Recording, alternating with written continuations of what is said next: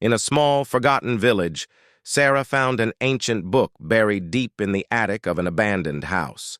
The pages were filled with cryptic symbols and dark incantations. Against her better judgment, she whispered one of the spells aloud. The air grew cold. Suddenly, the floorboards beneath her creaked as a rattling sound echoed through the room. Emerging from the shadows, a skeleton draped in tattered robes slowly approached. Its hollow eyes burned with an unnatural light. Sarah froze as the creature raised a bony hand, whispering an incantation of its own. Her body stiffened, and she realized in horror that she was no longer in control. Her lips moved against her will, chanting the same dark words that had summoned it. The skeleton grinned, and the room began to fill with more of them, pulled from the depths by the ancient black magic. Sarah could only watch in terror as her own bones began to tremble beneath her skin. Sarah's muscles tightened, her bones aching with a growing pressure as if something inside her was trying to break free.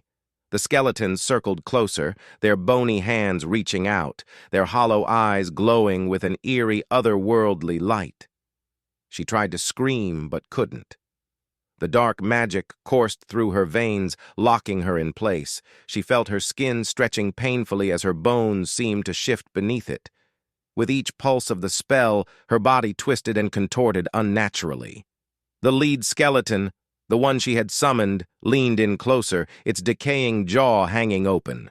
It whispered in a raspy voice, "You are one of us now."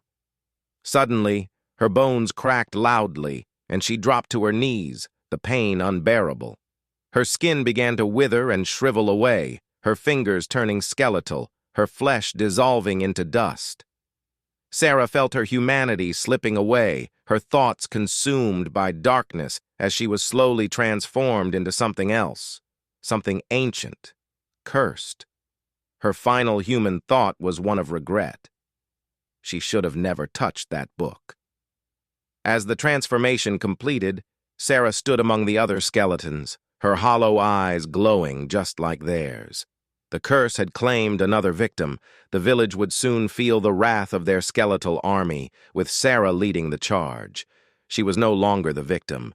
She was the hunter.